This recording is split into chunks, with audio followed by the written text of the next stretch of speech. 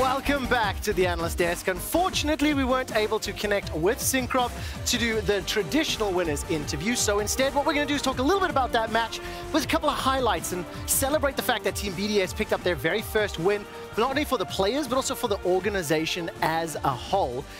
It took a while. It definitely was a slow burner, I feel like. But what was the defining points of the game for you, Guldborg? Yeah, so let's try and shy away from the early game for BDS here, because I feel like a lot of that didn't go in their favor. Some of that came down to the draft as well, where they really start to show their moments is towards the mid game, when objectives finally become one of the battles there will be between one of these teams. Whoever is first on those objectives suddenly gets to have a bit more impact. The fact Nuclearint multiple times finds a member that's walking in blind, together with very bad decision-making from XL in terms of who's walking in. My top laner spot with no teleport is also a defining moment. So one thing is that it's players that's showing up on BDS, but at the same time, it's also a lot of miscohesion, miscommunication, whatever you kind of want to call it on XL that's showing. I mean, I think it speaks a lot for XL when their best player in this weekend so far is Finn. For sure. Came back from an A, played weak side back-to-back on the Gangplank,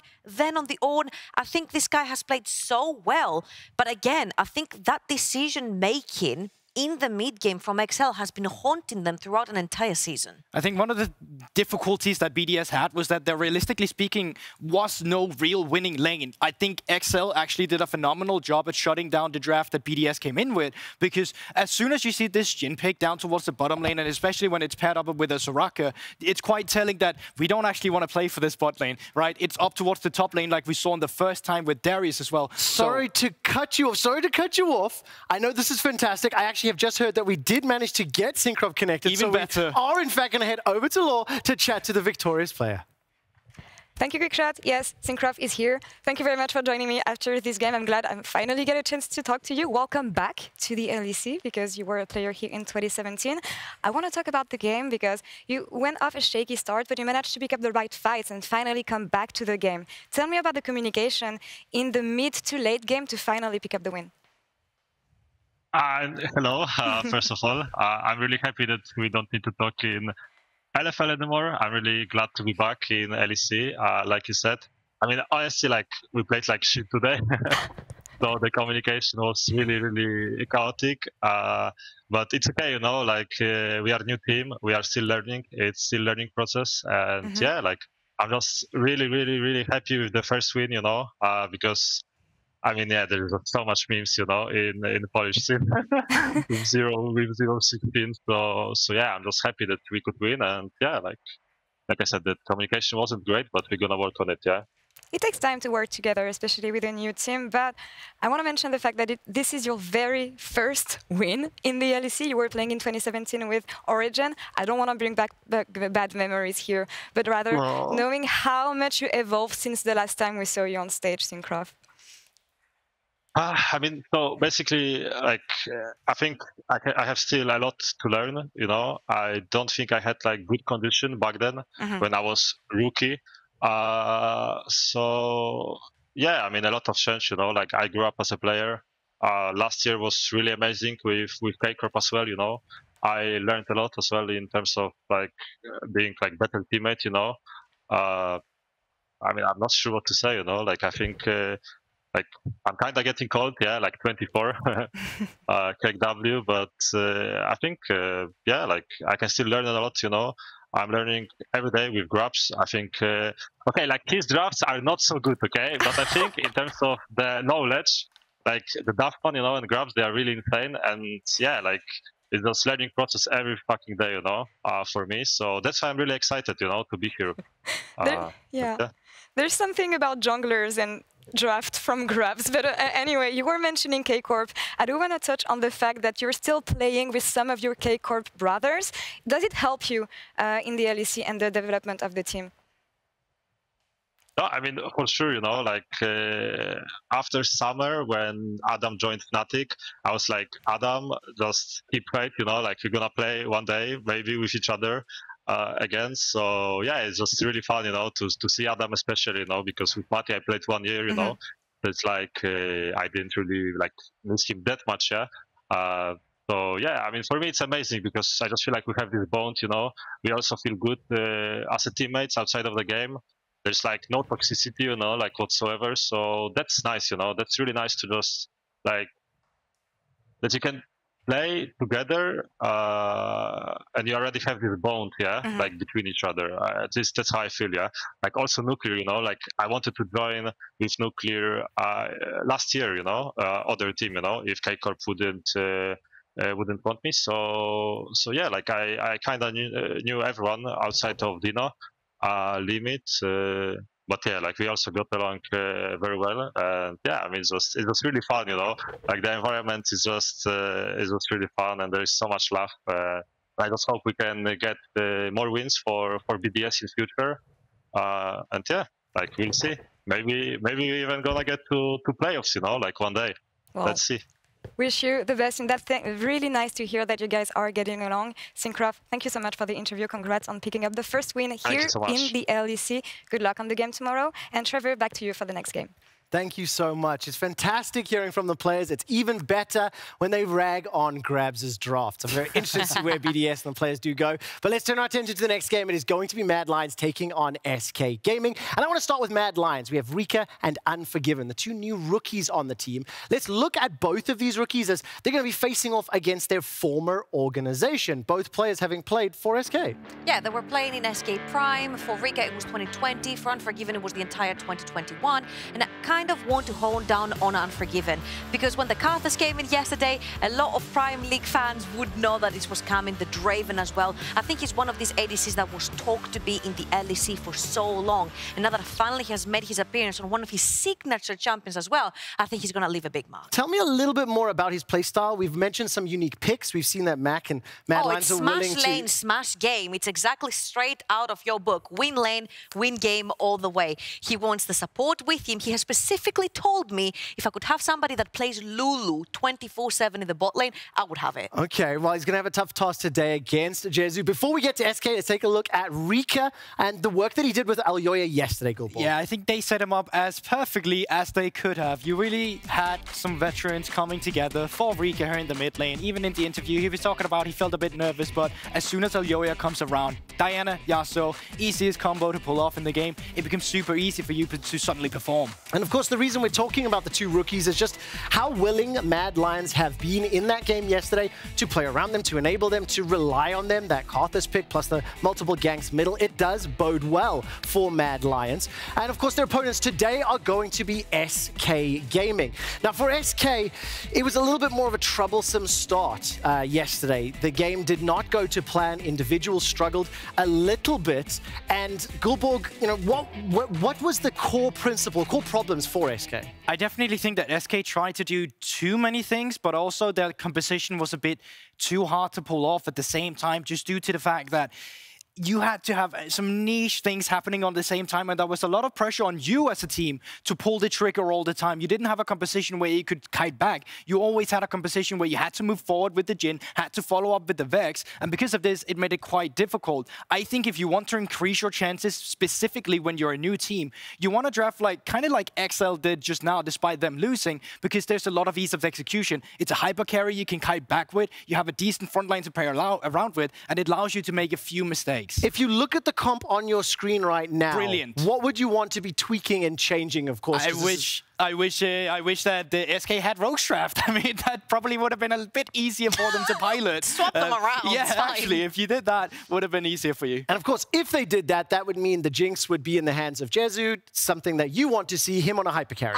We need to see Jezu on hyper carry. We've been seeing him even on Caedrel streams, on the Vayne, popping off the Jinx, the Aphelios, the Caitlyn, all of these jumpers that can take control of the lane. And of course, Treatz is not a stranger to that. I think the Jezu Treatz sort of duo is what started all this lane dominance in the bot lanes, what gave SK their identity back in spring 2021. And now that we have them back, I just want to see this flaming duo on charts again. One final thought. We've already talked that SK are going to change their drafts up, clean up their play a little. What one other way can they implement today to beat Mad? Yeah, you have a rookie in Mad Lions mid laner. You saw how much attention he needed in the early game. If you can keep Kaiser down from roaming in the early game as well, you're doing a phenomenal job on SK. So have your pressure on your AD carry, on your support. Treatz did great yesterday despite the loss. So keep this momentum up from the bot lane, keep Kaiser down, and then you can start hurting the rest of the map. Well, of course, Mad Lions are the favorites coming into the match, but can SK surprise? We're about to find out as we head to Caedrel and Drakos. Thank you so much, Quickshot. Pleasure to be joining Caedrel again for this 50% remote cast life that we're living in. But nevertheless, a very exciting 3 games to close out the rest of the day, kicking off with SK versus Mad. You heard from the desk already. But I think for myself and Caedrel, we're just in rookie fever right now. We're excited to see what all the players are going to do. One game, not enough of a sample size for us to form a really solid opinion for next week's Euphoria episode. We're going to need at least 3, and this is going to be the second for everybody on stage today. Yeah, I think that week 1, although it's a super week, it's a very important week, but I think it's also a week of figuring everything out, figuring how your team wants to play, what kind of meta you're playing in, adjusting to the stage again. You haven't scrimmed for so long, maybe a couple weeks, maybe 1 week in December as well, but the patch is completely different, so a lot of things that these teams have to get used to. They really have to start to find their identities and mesh. Yeah, and I think we have to give credit to Mad Lions for coming out swinging, for finding an identity very early on. Credit to them for really elevating Reeker in that first game, leveraging their more veteran players to set up their younger players for success. But we already see SK tweeting about it earlier in the day. They don't want to see any pentakills from Unforgiven. Lots of pentakills domestically for him when it comes to ERL leagues historically, and they don't want to see any Karthus. So already a little bit of target on him, and also want to see what Reeker's going to do, because he's not going to play Yasuo every game. I would love to see him on a more conventional champ so we can get a more solid read. But for him and Sertuss, you know, long time, both German mid laners ready to see what they can do on the big stage. Yeah, and Unforgiven and Reeker were both on SK. Unforgiven last year, Reeker the year before, so lost 2 of their academy players who are now on Mad Lions, back-to-back winning champions. 2 of their ex-academy players are now on their starting LEC roster. So that's an interesting dynamic over the last couple of years. Crazy how time changes, but yeah, straight into draft. Caitlyn banned away, TF taken away, Thresh. We're looking at Renekton, LeBlanc, Jinx, Aphelios, and then jungles on the early rotations. And frankly, I'm just curious to see how these teams are going to set up their AD carries. Jezu was a standout on SK yesterday. It was not the best game versus Rogue, but Jezu himself, 3 kills, only 1 death. Unforgiven on the opposite side got the privilege of just playing Karthus. So 2 players who, while they did well, very hands-off overall, much more of a utility role and a utility focus. Excited to see if one of them might get their hands on a hyper carry this time around. But the Renekton ban, we talk about it all the time, makes sense, especially when Mad Lions are a team who've already proven that they're more than happy to leverage that AD top side into an AP jungle like Diana. So see what else Mad Lions want to take away. A little bit of room to dictate what first pick is going to be. But by taking the Vex off the board, they're certainly opening up a lot more of the mobile mid lane champ pool. Definitely are, and I think team fighting comps have just been the name of the game for teams that are basically winning in the early stages of LEC Spring. You know, we see a lot of team fight wombo combo, late game scaling. Jinx is a standout to me. I wonder if that's going to be the first pick here for SK. We also saw a Kalista ban against them, but no, Xin Zhao is going to be the first pick. Lee Sin is up, Jarvan's up. I think Elyoya has a lot of room choice. Viego, Diana still available, but with Renekton down, I'm expecting him to go for an AD jungle. Maybe a little bit of hovers just to tease it. Yeah, certainly the trinity there of the J4, the Xin Zhao, and the Lee Sin, all up and available. No real target focus into the jungle pool whatsoever, but it is going to be Diana. And of course, if you're just joining us, yesterday Elyoya put on a clinic, was the cleanest Diana we have seen yet this year. An absolute monster mechanically, and the scoreline certainly reflected that. But now pairing it with the Jhin as well. So again, Unforgiven, not set up to be the center of attention here. A little bit more utility, can still of course be very high impact, but see what SK want to respond with the immediate Ezreal lock-in. So safety really on the bottom side for SK, alongside another hyper carry in the Corki.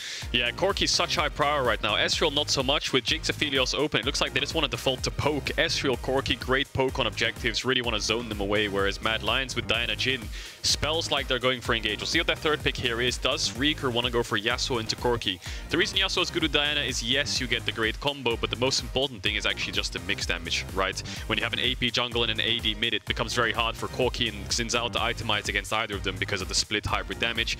There's the Yasuo coming in for Reeker again. I wonder what top laner we'll see Armut round out the top side with. We could see Wukong, his notorious champ, with Diana, with Yasuo. Sounds fantastic to get onto that backline with so many range champs. Jace as well. Maybe SK want to target the top side. Definitely have some options. Jenax notorious for trying to get as late of a pick into the draft as he can, has done very well historically with a counter pick. I'm putting just a little tiny bit of emphasis on the potential Corki flex after we saw it from Broken Blade yesterday.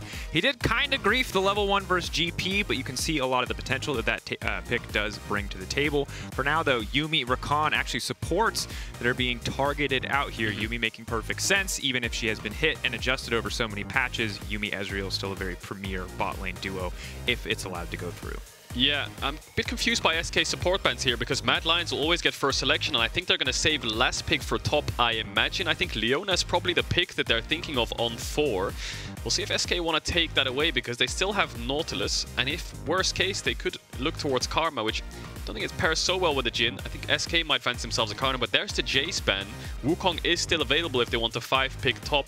Jenax might have to be careful with this blind pick. I think he might look for something like a Gwen.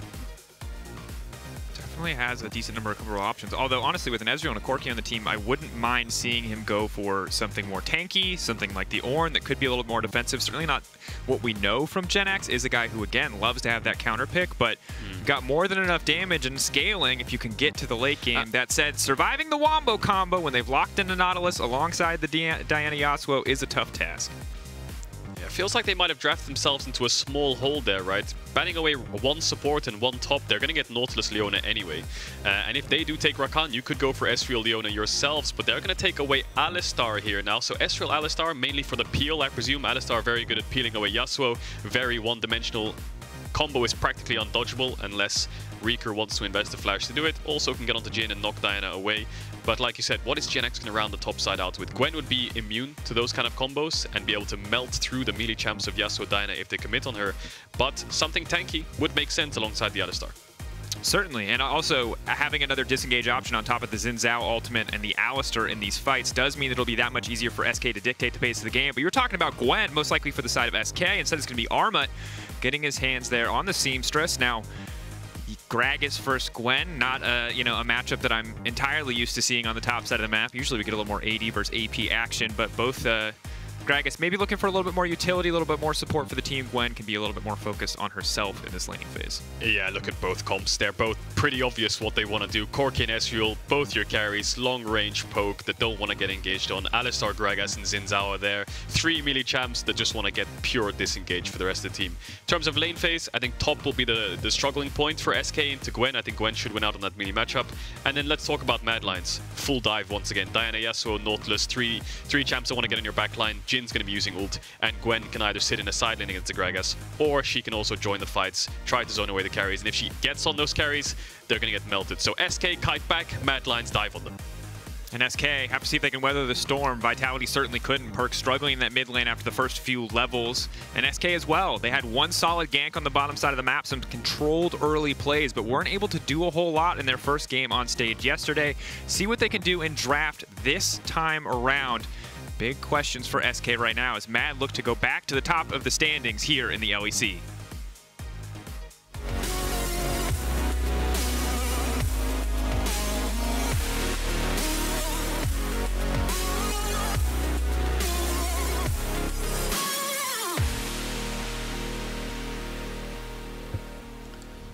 Welcome to Summoner's Rift.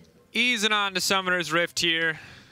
Have to see how explosive this early game is going to be. The one thing that I do like Caedrel immensely, Me? other than you, my good friend, and I am quite fond of you, is a first strike Corki with exhaust level 1 into a Yasuo, because that just sounds to me like a good time for Sertuss. You know what? I'll one-up you on that. What about an Ezreal with exhaust as well? Double exhaust against the diving combo. One for Yasuo, one for Diana. Now, it sounds good on paper. The only issue is when you both exhaust the same person at the same time on the same diver, and you're both like, well, the Diana is double exhausted, which obviously does nothing, it doesn't overlap, and Yasuo isn't. So now we're all one-shots. So hopefully they use those in tandem, in team fights, on different targets. Yeah. Let's hope that they've played enough WoW PvP that they know not to stack their CC, and it's a non-communication thing, but we'll see. We'll see. I can't imagine everybody's made it to Glad at some point in their time. It's like enemy healers full poly. Wait, you sapped him? Wait, it's full yard. Oh no! Like, guys, when I said we needed to focus this guy, I didn't mean everyone used their CC at the same exact time. And now you have to wait all the time for trinkets and things like this. But no trinkets in League of Legends unless you buy a QSS. Maybe it's worth investing against double exhaust. We will wait and see. Definitely something we have to keep our eye on. For now, the exhausts are in separate lane. They'll both find full value. We're keeping an eye on the early laning phase. Expectation that Gwen can find the push early on. Ignite as well for that extra combat summon, lethal tempo. Extended trade's not going to favor Jenax. Good news, with the phase rush, as long as he lands 1 or 2 of those skills in an auto attack, he will be able to zoom right out. That said, immediate early aggression into the 4-shot. That exhaust going down early, and that was an awful trade for SK.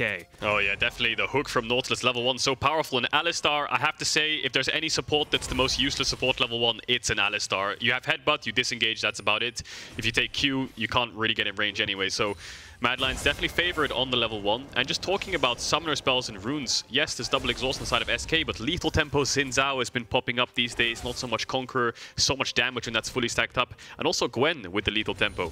So lethal tempo slowly overtaking Conqueror in for some champions, melee and ranged, but it will be getting changed in 12.2, I believe. But looking at this game, Madlines did ward out SK's blue buff level 1, so they know Gilius is pathing up towards the top side, so Jezu and Treatz need to be that little more careful. Certainly have to give that respect over. We saw how quickly a game can get out of control when Diana gets ahead, and especially when Elyoya's Diana gets ahead. But now, Reeker, a few more levels under his belt, faring a lot better in the early levels than he did against Perks yesterday, and this time without really any jungle support to speak of. So, all things considered, pretty even early game. That said, already building up to about a 200 gold lead for the side of Mad Lions. Just little bits of CS here and there.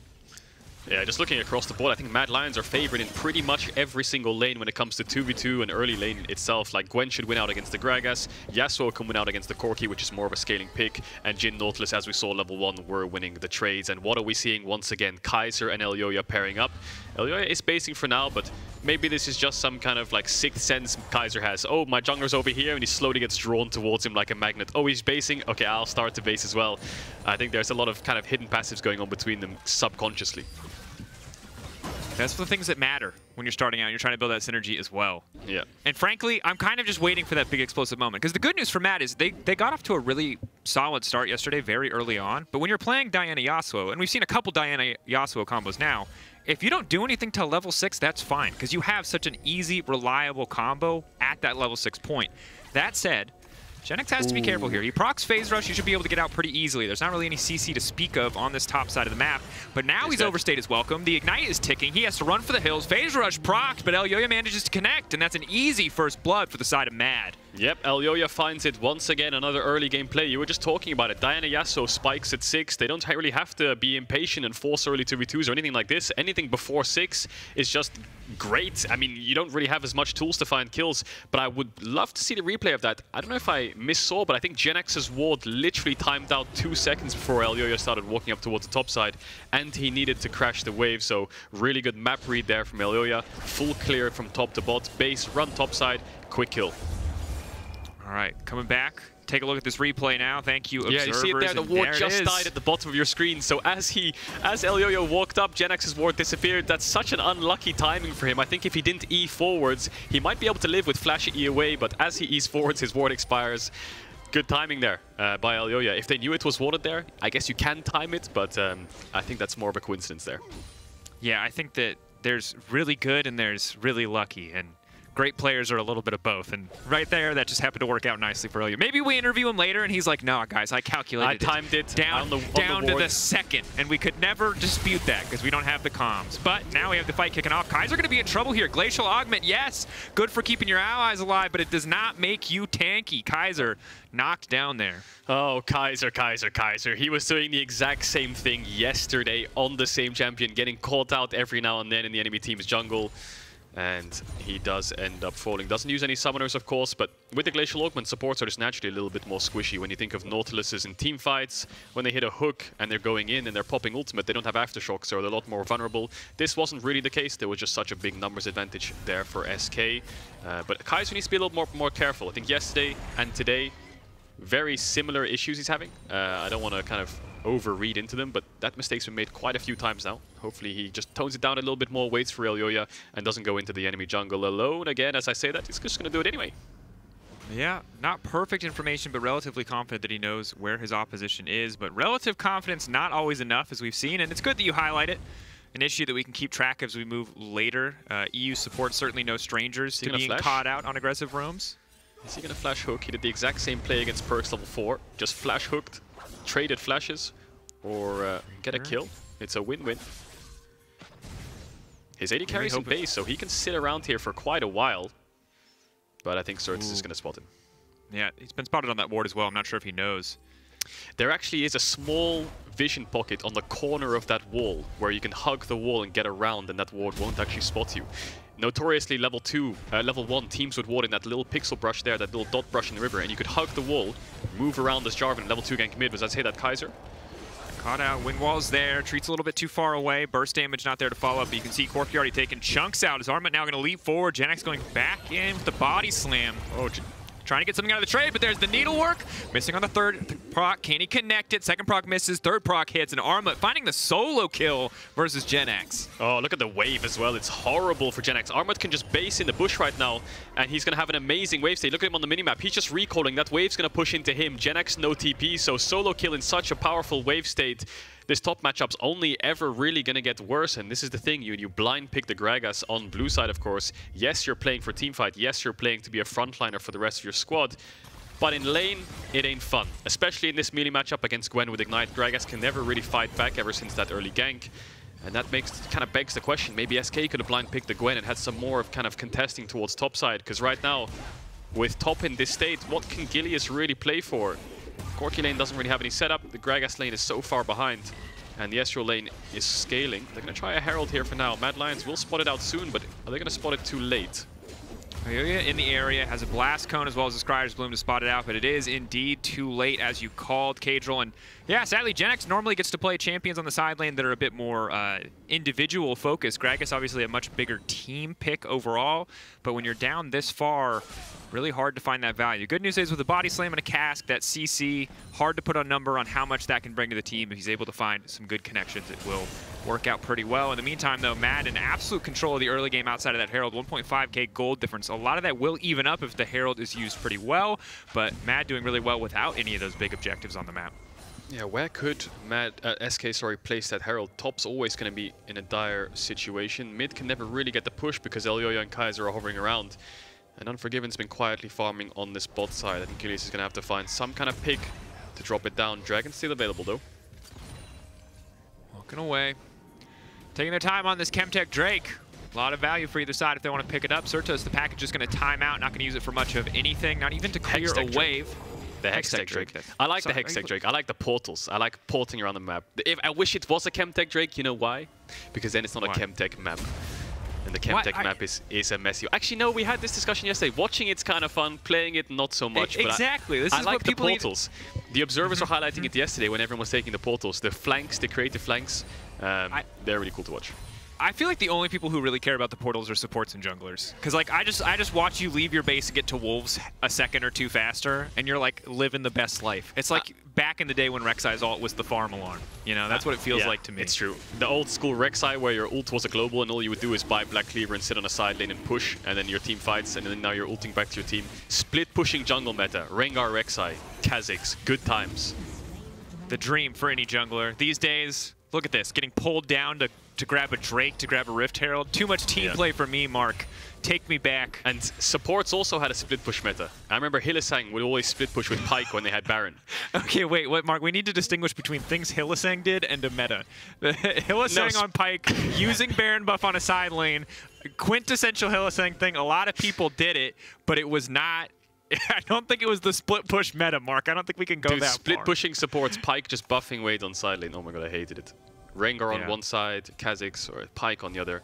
Anyway, Kaiser, again, walking to enemy jungle. He has to be careful. Is he going to be caught out again? 3v3. Reeker, though, keep your eyes on the tornado. Ooh, knock back there. Elyoya going to go forward. Fish for the ult. That's going to be the 2 members locked down immediately. Gilius has already dropped Sertuss on the backside. Wind wall interrupting any potential follow-up. Good news for Treatz is he's got a good amount of damage, but Reeker dashing through. Reeker still alive. That's going to be the double kill for Elyoya. Reeker just barely making it out. Oh, they always managed to pull it off. Looked a little bit sketchy at the start, but the double knock-up came in. Reeker follow-up was fantastic. Treatz tried to save the play by knocking him under tower, but the dash-aways were clean enough, and Jenax is looking for Armut. Quick dash out, though. Armut a tanky enough boy, obviously level 10 to level 8 of Jenax. Yeah. And credit to Armut, you know, again, not to go back to narratives that I think are a bit old, but it's always something that we watch and we track as Armut's individual laning. And it's something that got better over the course of the season and over the course of the year. And while he still struggled against some of the, the best top laners in the world, today versus Jenax in a counter matchup, or in a good matchup, let's say, he is absolutely smashing individually. Remember, got that solo kill, and is just continuing to build that advantage for himself. Treatz.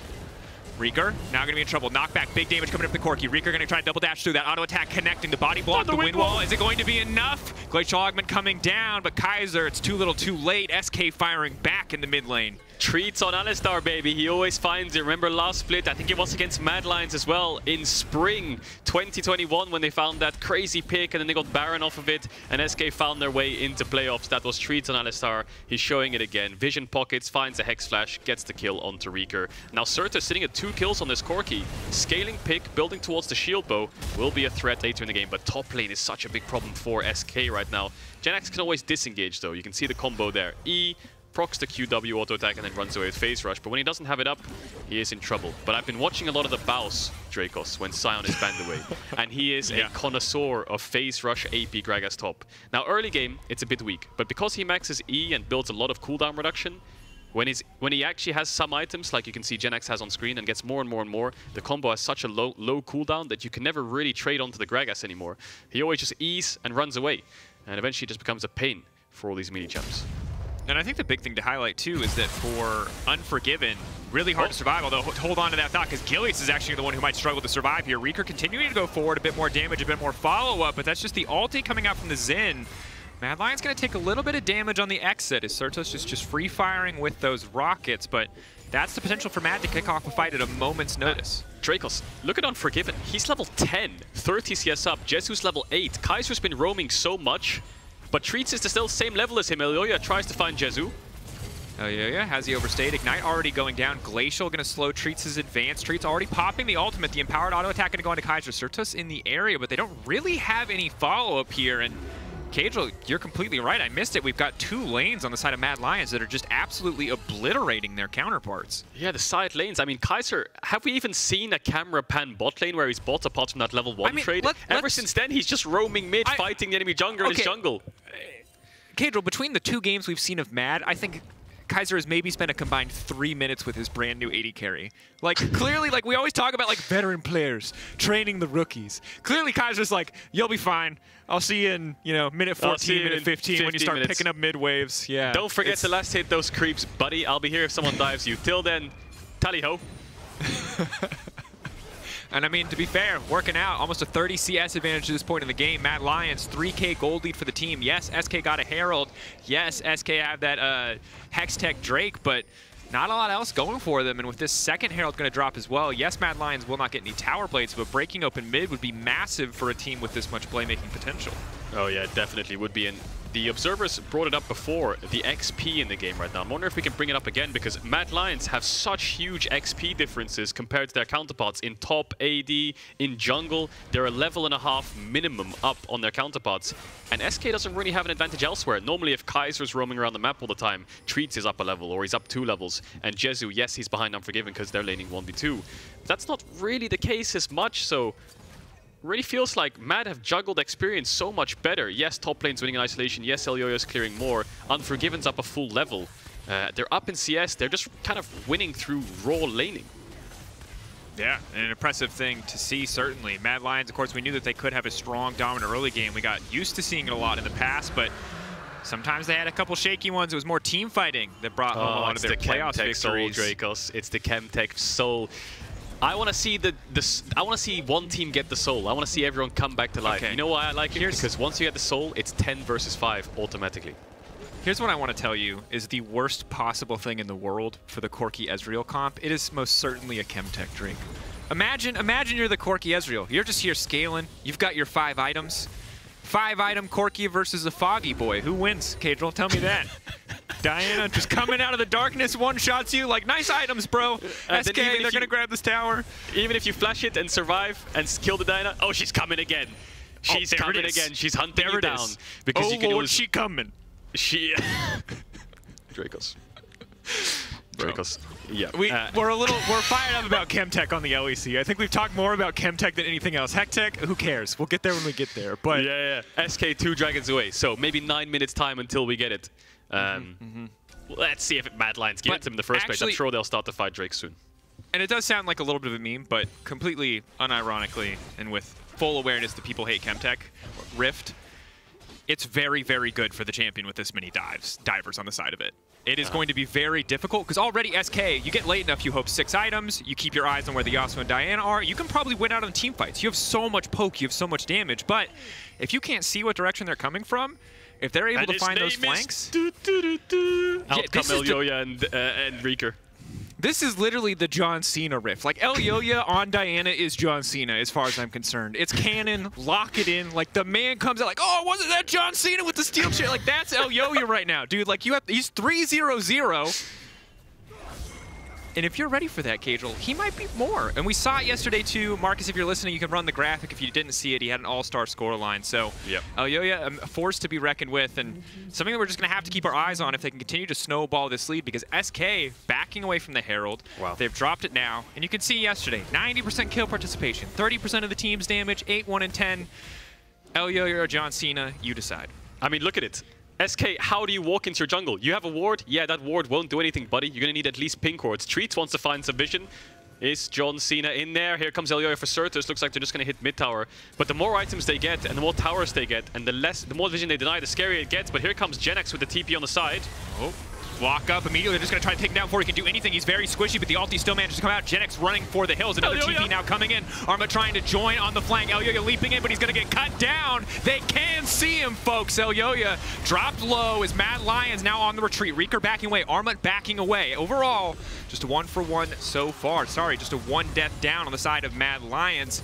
Jenax already retreating down to the bottom side. Unforgiving going to do what he can to clear the wave. Not a bad play there by SK. I can see why they're trying to force something, because Mad are just dictating the pace of the game. And when you're the one always on the back foot and you can't cross-map, it's a horrible state of the game, right? SK lost a bot tier 1. They're about to lose a mid tier 1. What are they really answering with? Nothing. So let's just brute force fight them and force them back. They get themselves a kill. And more importantly, it's a shutdown onto Elyoya. I really wonder what spell it was there that cancelled Elyoya as he jumped in. I think it was the Sin's ultimate coming out of Gilius. So let's look at that again. They don't really have a cross-map. They can't trade for a top tower. Bot tower, there's no wave for them to play on just yet. They find a pick onto Jenax and he tanks the Nautilus ult and the Yasuo ult. Watch Elyoya here. He tries to turn. He gets knocked up as soon as he jumps in, and then he gets knocked back from Treatz. Really clean playing in that team fight, and then flashes forwards to get the stun. So it wasn't the Sin's ult. It was just reaction there from Treatz to knock him up the second Elyoya tries to dive in. Massive, massive credit to Treatz there. And while the initial Yasuo looked pretty solid, just pick off and kill Jenax before he can get any of his combo. Jenax gets his full combo down, gets out over the wall, and overall things work out very positively for the side of SK. We went from 2-3k gold lead for Mad Lions to relatively even, all things considered. 2 Drake advantage for SK, down a little bit of gold, but they have a tower as well, and they're set up to scale pretty comfortably. We've already got a 2-item Corki, just about to a 2-item Ezreal, so things are going well overall. And let's remember, if the team fight goes like that, where the Yasuo Nautilus combo doesn't really land a kill, and it's still a 5v5, and Jenax is around half HP, 25 HP, and can still somewhat impact the fight, then just SK wins on raw DPS, right? Mad Lions have that burst damage, you know, like a Pyro Mage, as we were talking about in WoW. But SK are like, they're going to drop the kidney shots, they got the backstab, they're going to vanish, you know, they've got so much DPS that they win in an extended fight. Mad Lions need to make these fights snappy, as Armut might be caught here. Oh, the hidden cow is the deadliest. The Street's going to go in for the follow-up. Armut, really no way you make it out of that one. Quick pick for the side of SK. Good heads-up play. Does SK look for some kind of Baron here? They have got 2 carries on 2 items, and they know Mad is all down towards the bot side. Armut was trying to rotate down to be in time for the Dragon, and what this happens here is SK force Nash. It's a 4v5. Mad have to walk in, so they probably won't finish it, but they have package to turn. Treatz is waiting for the first person of Mad to walk up, and I think SK can pull the trigger here. Unforgiven over the wall. Corki with a package. 4 shots coming in. Sertuss with a big one now going over the entire team. Mad Lions are going to be in trouble. Elyoya going golden for a brief moment. Windwall there to body block, but he just gets cut down. Reeker trying to get something done. He is going to find 1 kill, throws the tornado back, but still the Mystic shot connecting. Ezreal grabbing a kill. Unforgiven on the run, and SK suddenly in control there in that fight. Massive play from SK. They get the catch onto Armut. They know Mad Lions want to start Drake, so what are they going to do? Start Nash. Mad can't go to Dragon. They have to fight 5v4. SK beat them in the fight, and then they get Dragon themselves. So such a good play there to force Mad Lions to come into them. Amazing turn by Treatz. Double knock-up into Sertuss' package, and great mobility usage from Sertuss to use the package, use his W, and then flash over the wall to buy as much time as possible. But who is it again finding the engage for SK? It's none other than Treatz on Alistar. Double knock-up into package. Now, watch Sertuss. He knows Nautilus ult's coming, so he W's away and flash over the wall. Kaiser wards over the wall because he knows that Yasuo needs vision. So Reeker does manage to find Sertuss on the back end of the fight. Jezu cleans him up, and SK win. At the end of the day, though, very clean from SK. If they do not pull the trigger there, Elyoya could get in the middle of their team. You could see that turned in favor of Mad, even at a man discrepancy. And now we're in a position, we talked about how good Chemtech Soul would be for the side of Mad, but even for the side of SK, that initial combo from Mad comes in, as you highlighted earlier, that's all their DPS. When those cooldowns are down, you've got a Gragas coming back, you've got a Zhao coming back, things are looking good. Corki Ezreal coming back, still maybe not ideal, but overall, a lot of potential power there. Mad certainly will have to fight for that next Dragon. Yeah, I think the biggest problem Mad Lions have had this game is they haven't been able to find this mid-tier 1. I think they've tried multiple times to hit it, look for dives, force this tier 1 tower down so they can keep mid-push to control the river. But they've struggled to do so. But they have got some setup now. SK were forced to base after the Dragon, so Mad Lions walked in towards the top side. Their Baron is not the fastest with Jhin. Yasuo will melt it down, but doesn't have the Infinity Edge just yet, so I wonder if Armut's getting this top tier 1, SK grouping up mid. Maybe they want to look to force something, because as we talked about in draft, Armut will win out on the side lane. I think eventually he'll base, start hitting on the bot tier 2, and SK will need to pull the trigger eventually, because I think Jenax can only really clear waves against Armut. He can't really find any kind of 1v1 unless someone else is there. True, but I think it's good that you highlight wave clear, because right now, I think the range advantage that SK have with a Corki, with an Ezreal, with Gragas' ability to just throw out a barrel and clear waves, makes it so easy for them to hold on to this mid lane tower. You know, the Diana, Yasuo, Gwen, great topside for killing people in skirmishes, really bad at sieging these towers. But SK are going to give this one up in the end. Good mid-wave here for Mad Lions means they'll finally break, or should finally break, but actually SK coming at the last minute to save this one. TP coming in now as well. Elyoya running. He's going to have to turn and burn if he wants to start the fight on his terms. Jenax, Cast goes in a little bit early, just going to be the disengage. So let's look at the last 2 minutes of play. SK won the fight and they got the Dragon. They won, got a lot of shutdowns, but what's actually happened on the map in the last 2 minutes? Mad Lions got a top tier 1, a mid tier 1, and SK have used their teleport, their only teleport of the game. Armut can go down towards the side lane now, match Jenax, force Jenax back, keep him under bot tier 2, and always be able to TP to top side first in case anything kicks off around the Baron in this 4v4. So, although Mad Lions did win the fight and it looked like some kind of throw going towards SK, they're still playing the map that little bit better. Still top tier 1 up for SK. We'll see if they can take it. Yeah. And execution's going to be the name of the game here. Actually, Baron is going to be the name of the game as Mad Lions kick that one off. Luckily, a good heads-up ulti coming in from Jezu. Interrupts it. SK now 4 members in the area. Jezu on the way in. Could see a 5v5 here. All about fighting for that mid-wave at this moment. Keep in mind, 2 minutes out before it's going to be a question. Chemtech Soul or the Baron for the side of SK. They get the luxury of choice. Mad Lions really just going to be forced to respond. So SK have one play here, really. They could try to force Baron to make Armut TP and then back off. Then they need to regain the map. They all need to base, get wards again, and push Mad Lions back out. And doing that takes a lot of time. With Dragon spawning in 1 minute 30 seconds, I don't think they're going to go for that play. What they're probably going to do is push out top, wait for Sertuss to get package, and we're probably going to see a 5v5 around Dragon decide the game. The winner of that fight will get the Dragon and the Baron, I imagine, because I think both teams are all in here. Mad Lions need to stop the Soul, SK need to get it. It might come down to some kind of 50-50, because Mad, you could say their play is just start Baron while SK is on Drake, but do you really want to trade a Baron for a Soul throughout the entire game? One so powerful such as Chemtech? The answer is no. So everyone's building towards any spike they can get before this fight. Elyoya. Treatz going in, clean mechanics to bring it back. Elyoya flashing out, safety proto belt as well. will manage to make it out, but taking away his flash is massive for the fight, makes it that much harder for Mad Lions to contest the objective. Yeah, both engagers kind of for SK, right? Dyna wants to flash in for Yasuo, Alistar wants to flash in to get his team in the backline. Flash for flash trade.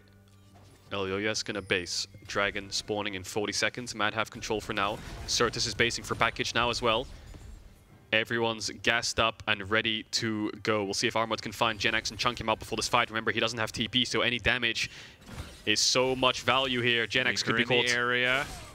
Big damage on Jenax. He's trying to body slam out Gwen there to body block. And in the meantime, Jenax on the retreat. Curtain call coming in. Corki with the package in the area, though. They're going to try to take him down before the fight kicks off. Jenax buying time with the stopwatch. It's incredibly clutch. Armut going down. Reeker going down. Armut goes golden, but just in time to say goodbye. It's a double for Sertuss. 8 seconds till the Chemtech Soul. Mad Lions are going to need to pull off a miracle if they don't want to give this one up. Oh, it's a disaster for Mad Lions. Sertuss comes in with the package. They overstayed on bot. They thought they found a pick onto Jenax, and they committed so many ultimates to get that kill. The stopwatch came out. Jenax lives. That's going to be Dragon. And you know what that means as well. With 30 seconds on the clock on these death timers, they're going to turn towards the Baron. We'll see if Elyoya can get in a position to steal it. But I think this should be as good as gone. Treatz probably going to look to zone him away. And now a soul. The Chemtech Soul for the rest of the game in the hands of SK. And while it was a rocky day yesterday for SK, the plays and the responses have been on point in that last situation. The Zhonya's used. Still a stopwatch left for Jenax if he needs to use it again in this fight. Elyoya and Kaiser fishing, hoping they can find something, using the luxury of the camouflage there on the Chemtech Rift. Damage is low. It's a Hex Flash. Armut on the way in. Sertuss. The rest of SK now backing off, moving down into the mid lane. Mad Lions are split. All it takes is one good combo. One good combo from the side of Mad, and SK will be routed. Jenax is trying to buy time. Treatz going in. That's the Baron going down. Can they take the fight? There's going to be a lot of zombie members of SK, but Mad Lions are taking the fight anyway. Reeker going in, trying to fight alongside the wind wall, but it's just not enough. Zombie! The Chemtech Drake is too powerful. Elyoya in the midst of the entire team, but it is simply not enough. SK Gaming are dominating the Mad Lions. Yeah, Unforgiven has to run for the hills. We'll see if they chase him down and take him down. He's trying to clear out the mid wave, so SK can't run it and end on this wave. I wonder how many creeps they have in mid. I saw a cannon minion. I'm not sure if there was a melee or a caster, but the wave is on the way. 20 seconds on Reeker. I don't think they can close the game out now. But that's Baron and that's Soul at 28 minutes. Unforgiven's on wards. We'll see if Jenax wants to move down towards the bot side here and try to stop it. He's running down. Will he be able to cancel Unforgiven space? Close. We hyped it up, huh? We got it. We hyped it up. But Jenax, can I just highlight Jenax 1 sec? He used stopwatch in the bot fight to live, and now he just bought the Zhonya's. He had double stopwatch for the last 2 minutes, and he bought so much time. Elyoya, no flash, ultimate used. Treatz knocks him away. There's no chance of a steal. And yes, Reeker gets onto Jezu, but what happens, Drakos? He throws down the exhaust. Reeker can't solo kill him. He needs more damage, but Elyoya is just zoned away. Zombie Alistar comes in last second for another combo. And that's it. The DPS is too high. The Corki Ezreal are too hard to reach. And even if they were to die, they have the zombie form anyway. SK clean house. And credit to SK, again, using their cooldowns well, just disengaging, pushing away Mad Lions, not allowing them to hit those key ultimates on multiple members, alongside leveraging the double exhausts. It's the theoretical situation that we knew was possible, but we weren't sure if SK could execute. Turns out they can. They keep the gold even for so long, and then they blow this game wide open with that 4th Drake into Baron. And now Mad Lions, again, we're looking at how can they possibly pull this one out. When you're up against this Chemtech Soul, it's just feels so impossible to win these fights. Yeah, and I feel like Mad Lions have very poor wave clear as well when you're playing 3 melee, 4 melee champions if you're including Gwen, which isn't really grouped up with them. The only wave clear you have is Unforgiven. Jhin is not the best wave clearing champ when you're up against a Baron buff and a rapid fire Corki and things. Hook onto, goes in. Gilius in the front line. He's going to use that ultimate, blocking the damage from the curtain call. Off to the side is Jenax. That's the shutdown onto the Ezreal. That's pretty big. Reeker now running for his life. Knockback is big. Ult's even bigger, but the tower's going to take him down. Armut still alive. Everywhere. Unforgiven making it out. There's a zombies in sight. It's World War Z, or is it SK Gaming? Right now it's SK Gaming. They're going to break down that tower. Incredible fight, but the Chemtech Soul just too strong. Oh, massive props to Unforgiven. Sniped off Jezu at the end, but zombie Jezu came back for his revenge and almost took down 2 of them in the backline alone. That's the fun part about seeing a zombie as a carry. You don't have to survive. You can just flash forward. So this hook landed onto Gilius. Good block from... it was going to hit Jezu. Ult comes down onto Sertuss, but Jezu gets hit by the knock-up. And then watch Jezu's HP. Boom. The shot comes in from Unforgiven and takes him down. But then watch Jezu as he becomes a zombie. He just runs at them full force. Ult dashes forwards, managed to pick up one, doesn't get the second onto Armut. Zombie, Gilius is running at them, Treatz turns into a zombie. It's a 10 versus 5, Drakos. Look, man, all I'm saying is you can hope for like original Day of the Dead, slow zombies, or you're going to get like the 28 days later, they'll sprint at you zombies. Jezu was a 28 days later sprint at you zombie. Like, if you are not in great shape, this man is catching you, you have no hope. And that is... And even if you get on a boat, he's swimming after you as well. Full speed. This man is the Michael Phelps of zombies. Like he is going to butterfly stroke you down. That's what we're ready for here. And on top of that, he's got the Crown of the Shattered Queen, or the Crown. Blanking on the actual name of it. So he's hard to burst down. Even when you do kill him, he comes back as a zombie. Now he's building towards what it would appear to be a GA, and is certainly at least a stopwatch. And Sertuss has a GA as well. Ezreal. So now it's an 11v5, and when Jezu finishes GA, it's a 12v5. Mad Lions, yeah, numbers definitely in SK's favor here with that soul and with those GAs. And now waiting in the darkness. The ambushees have become the ambushers. What if you had a Cloud Soul, 5 Guardian Angels, and the Zilean, and a Scion Karthus? Can you imagine the team fights? Can you imagine the mess that is that team fight? There's 15 lives, a Zilean ult, a Scion, and a Karthus. That sounds like the worst team fight to cast, and simultaneously the best team fight to cast imaginable. Like, just, it's not fun. Ezreal's died, but for the second time, remember he has four lives, folks. He has GA, Zilean ult, and the soul. Yeah, he's coming back again. But speaking of soul, Elder Dragon is spawning. Elder Dragon can turn the tide of an entire game. If Mad Lions get that, doesn't matter how many lives you had, because they're just going to keep executing you as you stand up. So Mad Lions need to find a way into this pit, but there's a packaged up Corki, Gilius. Gilius going forward. Wind Wall there to block any potential damage. Gilius using the ult as well to go forward. Armut throwing down the mist to block any follow-up as well. Gilius dropped, but here comes Zombie Gilius. Gilius going in now, but will just get deleted immediately. Mad Lions holding their own. SK now a man down. Remember, 4 more zombies to come, though. Mad Lions start to win this fight. Sertuss off to the side with the package. Armut can throw down a little bit of damage. Exhaust already used. Curtain Call. This is a very split exchange. Armut just caught in no man's land, gets shut down. Jezu going over the wall. Goes golden. Buys a brief moment of time. Treatz in the area to stop any potential follow-up. But there's the ulti. There is now Yasuo coming in immediately to the back line. Kaiser stepping forward. Zombie Ezreal. Unforgiven. Holding on.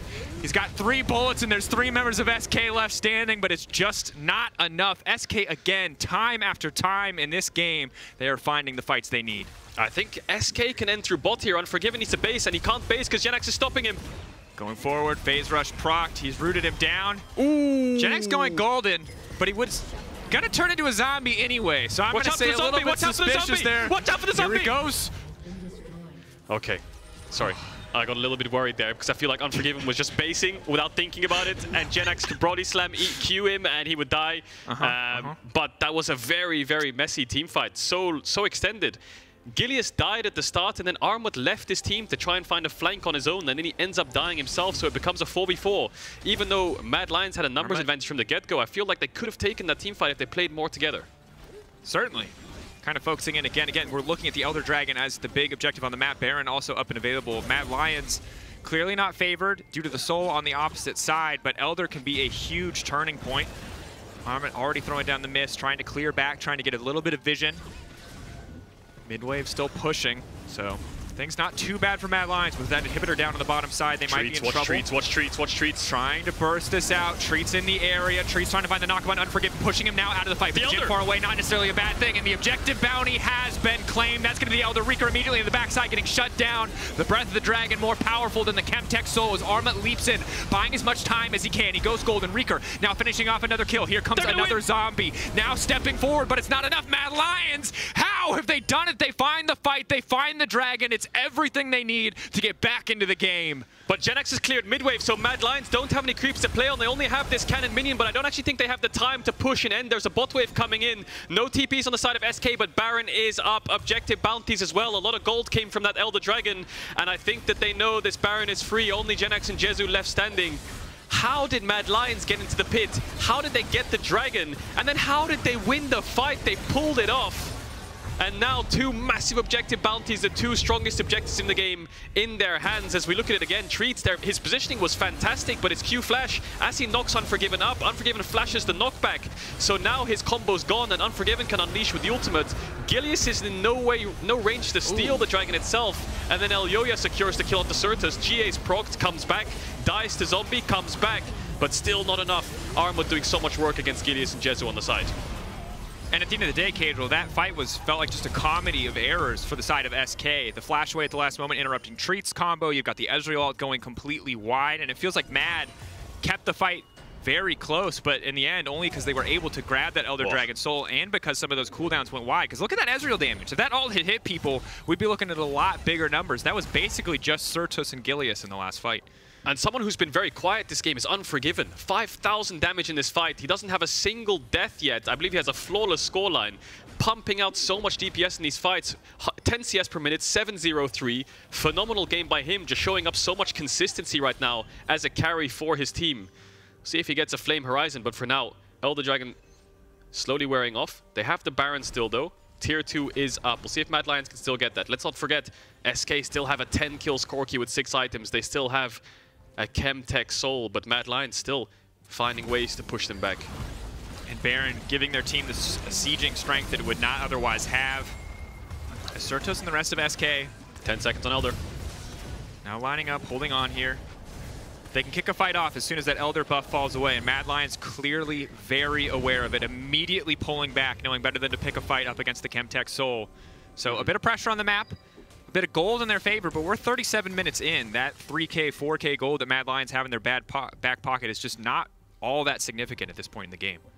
Yeah, basically irrelevant. You just need spikes now. Reeker needs a GA. I think Armut, see what he's building towards, maybe a Rabadon's Jenax similarly. Sertuss is maxed out. Jezu needs one more item, and Unforgiven again, 6 item Jhin, so strong. 2nd game in the LEC ever, showing so much consistency and very patient in these fights. And I think it's important to distinguish the first game from the second game. Because the first game he got to play Karthus. He was left on an island in a lane where there wasn't a lot of kill threat on him. So it was a good game, but it wasn't a game where we got to see a lot from him. This game, very different story. It's a good game and we've seen a ton. That said, focusing back in now, the fog hiding a lot of presence as to where Elyoya is, but that ward will spot him out. Remember, you still have to respect the Diana combo at this stage of the game. Sertuss and the rest of SK on the retreat now. Mad Lions fighting for vision on the top side. It feels like they should just be able to get this tier 2 without any contention from the side of SK. They will do so and back away. 2 minutes to the next Elder is up and available. The big objective for us to keep our eyes on.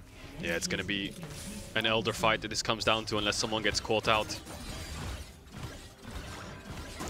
A lot of pressure on both these teams because I don't want to look too far ahead, but a win like this, from my own experience multiple times, can determine what happens in 8 weeks from now in the playoffs race.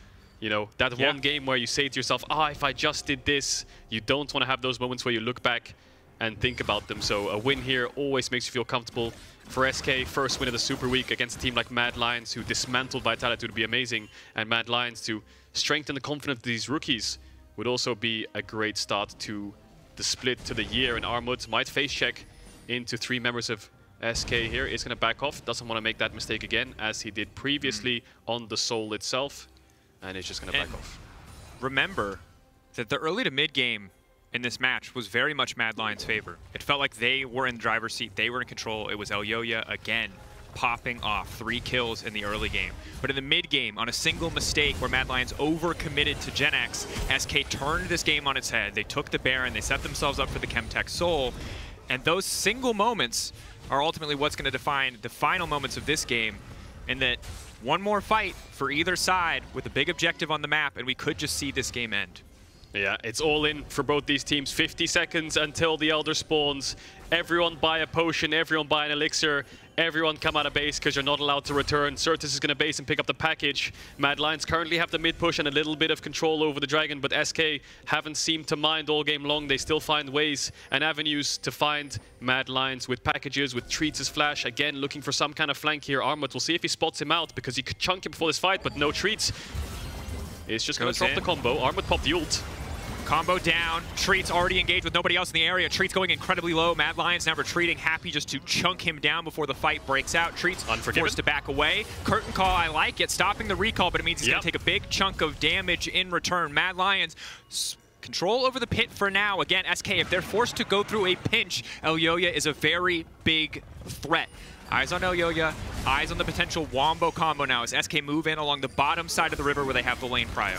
Treatz still has zombie form, so going in and comboing and dying and maybe get another one would be everything, but it's a smite fight. Who's going to win? Over the wall, Elyoya immediately is going to get knocked out of the pin. There's no way they can win it, but Reeker off to the backside is taking out Sertuss. Now that's going to be the GA procs. Corki coming back up. He's going to have big damage. Reeker, can he finish the kill off? Windwall now coming out. It's an absolute bloodbath. Mad Lions on the backside. Unforgiven still alive. Unforgiven running, but he gets burned down. The dragon stands, but everybody else is dropping like flies. Reeker holding on to life for now. Jenax now stepping forward. It's an absolute mess. It's just Gilius in the pit. Gilius in a 3,000 health dragon. Jenax coming in to back him up. And at the end of the day, it is SK who will reign supreme in that fight. Such a messy fight on so many different fronts, but the most important one was the Octagon in the dragon pick. And the last survivor is Gilius. He gets the dragon. TP up towards the top side now. Jenax is still trying to hunt down Reeker, who hasn't found his way out of SK's side of the map.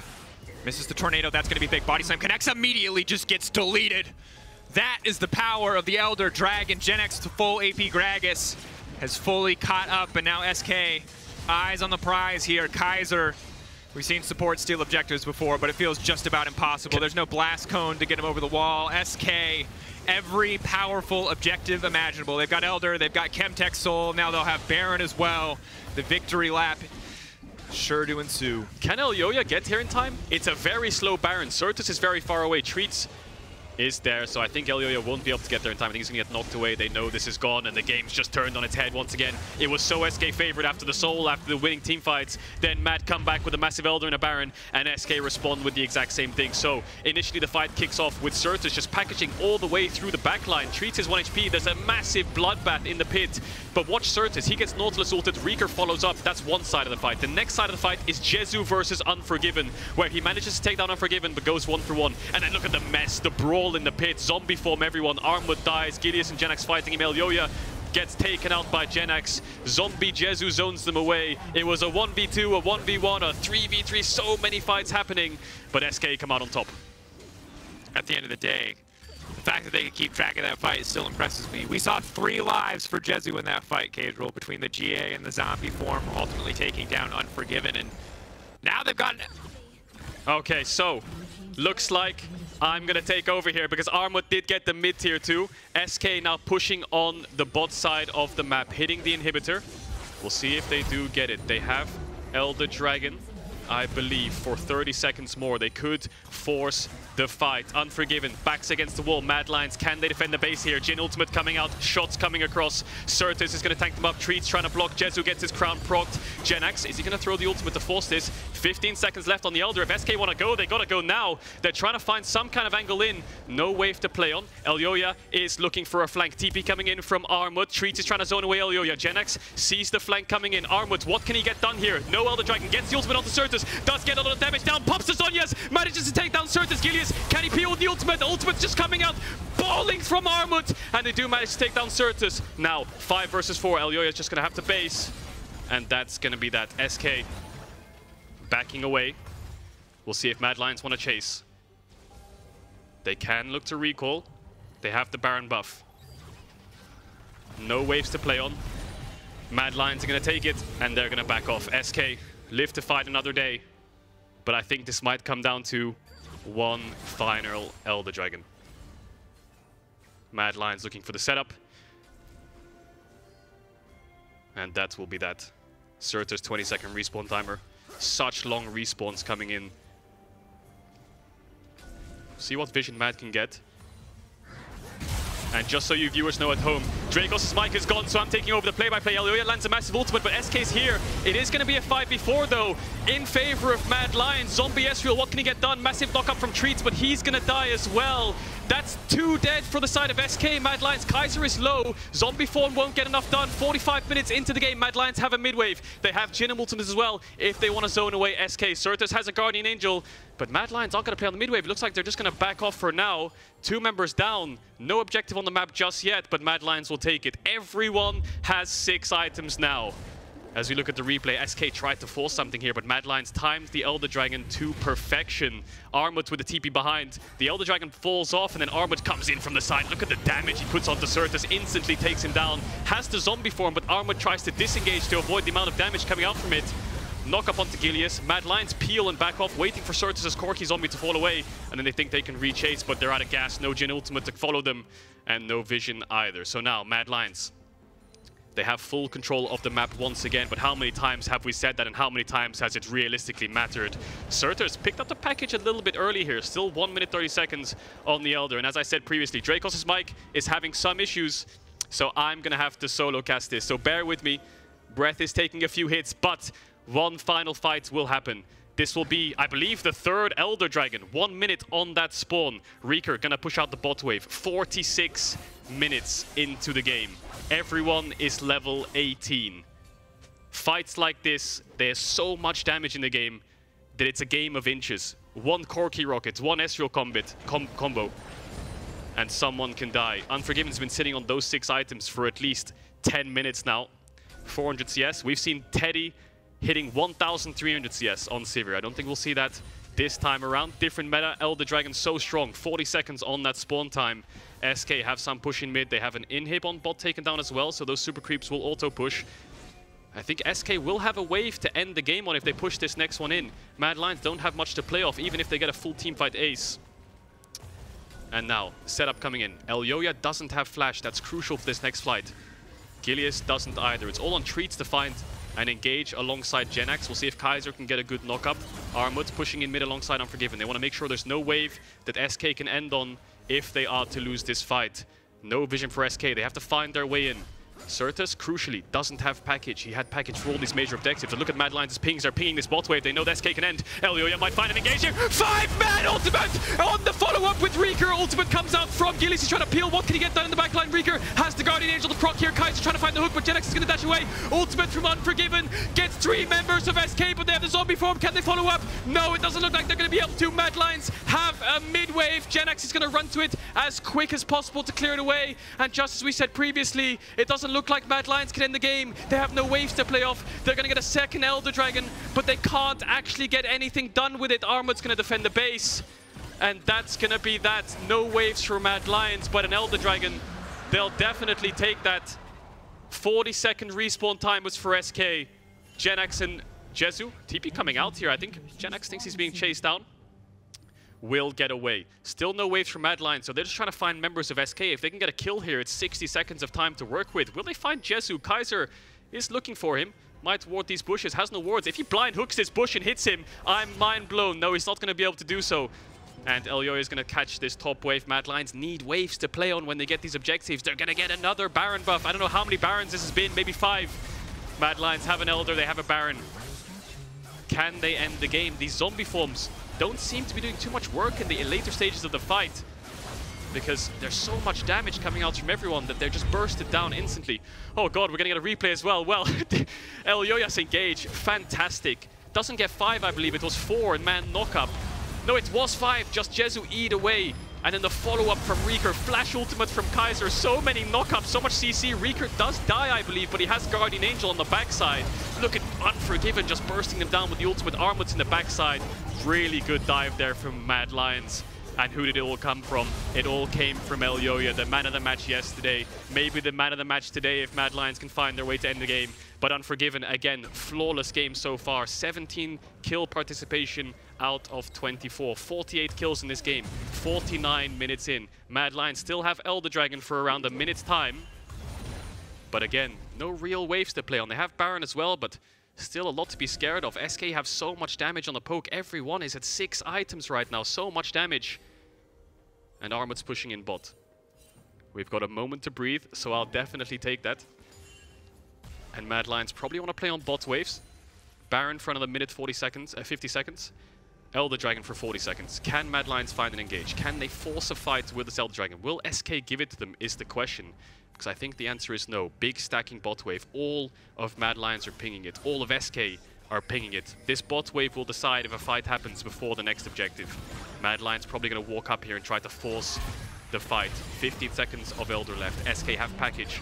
They're gonna wait. They're gonna play it patient. Exactly as Mad Lions did previously when SK was in the exact same position in their base with the Elder Dragon ticking off. Do they fancy themselves and engage? 3 seconds on the Elder. There it goes. Will we get 4 Elder Dragons in this 50-minute banger of a game? Elyoya's looking for a pick. Hang on a second. Does SK know that they're around here? Trying to hug the wall to avoid the sweeper. Mad gonna push in mid-wave. Bot inhib is dead. They still have Baron for a minute. Sertuss is looking with the package. Maybe he sees an engage. They have a ward onto Armut. Mad trying to find a pick.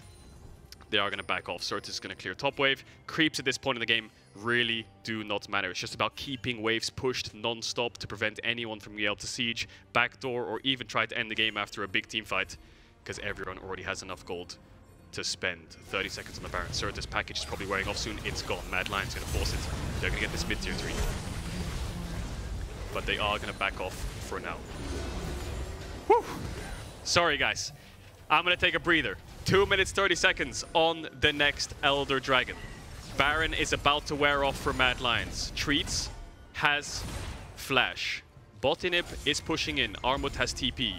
SK needs to be very careful. If they overextend in mid here to try and get some push, there could be a TP behind, and they do not have a TP to answer of themselves, and they would lose the game. Jhin ultimate coming out. Gilius might be caught out here a little bit. Hook is not going to connect, but the Nautilus ult has been thrown across. False shot hits onto Jezu. And that will be the end of that. God, this is a long game. Mad Lions just going to back off. 6 items for everyone. Nothing's going to happen just yet. No one can find the right engage, and you can't really blame them. Mad Lions are up against a Chemtech Soul. Even with Elder, if they can't force the fight, they're still going to struggle to dive Sertuss and Jezu if they're playing so far back. And if they play front to back, they're going to lose. They need to look for flanks. They need to look to attack the backline. Guardian Angel now for Sertuss is coming up. Guardian Angel for Jezu as well. Rabadon's a piece for Elyoya and Armut. GA coming up for Reeker as well. Everyone's actives, passives, everything is up. All the gas is in the tank. It's all about execution now. 1 minute on Elder. 4th Elder Dragon incoming for both these teams. Mad Lions have control. I feel like I've said this 10 times now. SK need to crack their way in. TP coming in from Jenax. Sertuss does not have package. Now it's all up to Treatz. Every single time we watch these fights, Treatz goes through bot. Mad Lions know exactly where he's going to be, so they're going to flush him out instantly because he's done the same play so many times, going through bot, trying to find an engage from the side.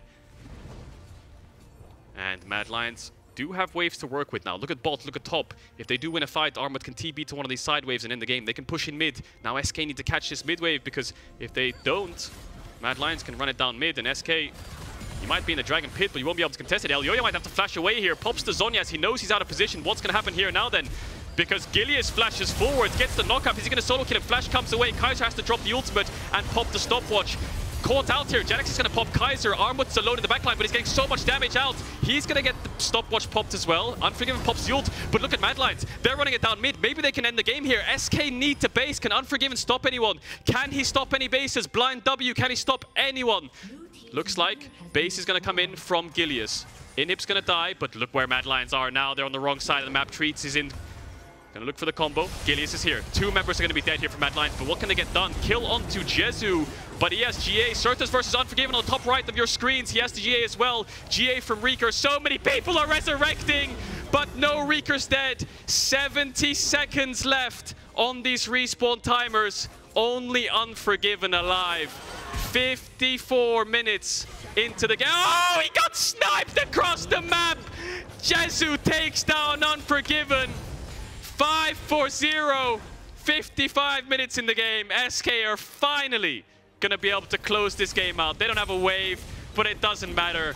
Kaiser's up in 10. SK is gonna be able to end the game. And God, I lost Drakos around 10 minutes ago, man down. But we keep on going. SK win. 1-1 on the standings now. First win of the Super Week. And God, that was such a bloodbath, such a messy game. But such a sigh of relief for SK. Huge props to Sertuss in these fights. So many back and forths. I think we all know who deserves the real props here today, my friend. And while it certainly is SK Gaming, It is also Mark Lamont. Big hug, big sigh of relief from the side of SK as they are able to close that one out. Now, we're working with a bit of delay here, Mark, so bear with me, but that right there was the most impressive marathon I've ever seen. We were talking about Michael Phelps earlier. Well, you sir are the Michael Phelps of casting. You just ran an Iron Man. I am blown away. In a moment here, we're going to talk about Kia Player of the Game, but don't forget when you vote on your Kia Player of the Game to also comment at Caedrel for that heroic cast. Many play-by-plays, I know, his voice would be completely dead. I know your voice certainly is, but at the end of the day, an incredible back-and-forth game, an absolute banger, no doubt in my mind, and solo casted by none other than Mark Lamont. It's an exciting time. You can vote Sertuss, Jezu, Treatz, and are you okay? Caedrel, you good? You gonna be all right? Yeah, I'm good. You keep going, buddy. You keep going. All right, perfect. I'll just talk for the next 10 minutes, and we'll just trade back and forth. We'll take turns solo casting, figuring out. Apologies for the technical difficulties. Yeah. Luckily, you were in the good hands. Caedrel did a fantastic job. But of course, the player that did a fantastic job, you have to choose between those three on Twitter. At LEC is the place. But after a roller coaster of a game, SK get the upset win over Mad and move to 1-1 in the standings. Now, after the break, we're going to be joined by Treatz to talk us through all the craziness we just witnessed.